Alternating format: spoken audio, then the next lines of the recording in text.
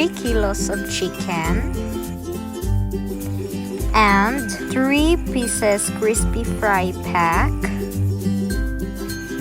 Now let's prepare the chicken and then cut the 3 crispy fry pack.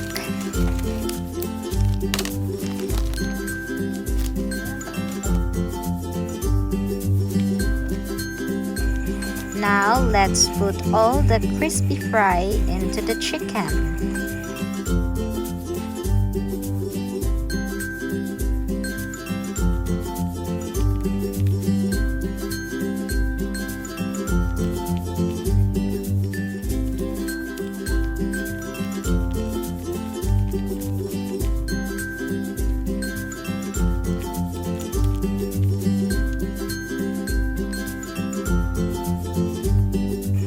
Now make sure that all the chicken is mixed well with all the crispy fry powder. Make sure also to wash your hands or use the gloves.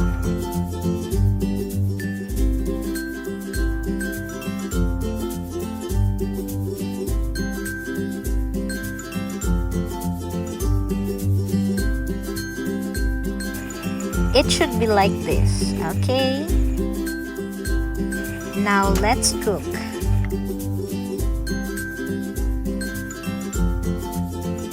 Now let's add a cooking oil into the fry pan.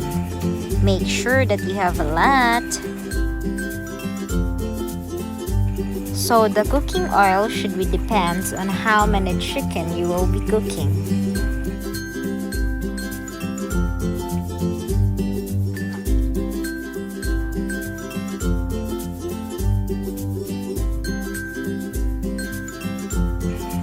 Now it's ready.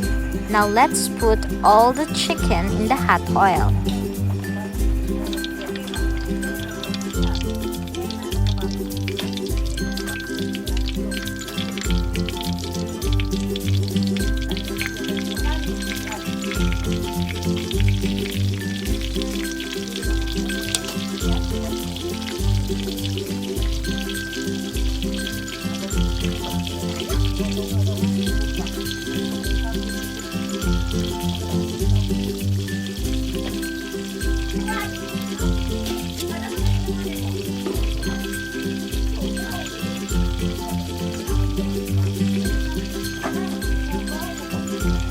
All set. Now let's wait for the chicken to be cooked on the other side so that we can switch it on the other side again. Now the chicken is cooked on the other side, so let's switch it.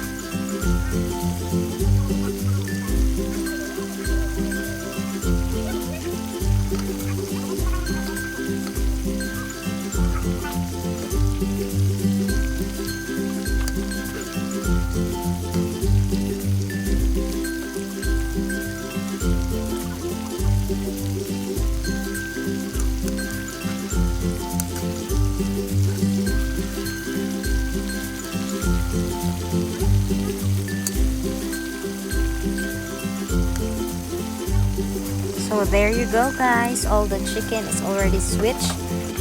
Now we are just going to wait for it to be cooked. Okay?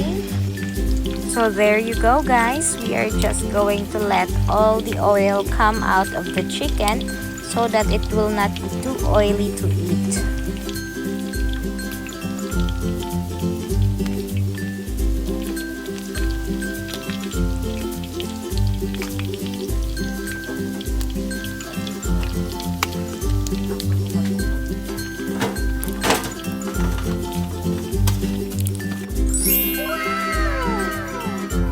So as easy as 1, 2, 3, you have now your crispy fried chicken. Thank you for watching.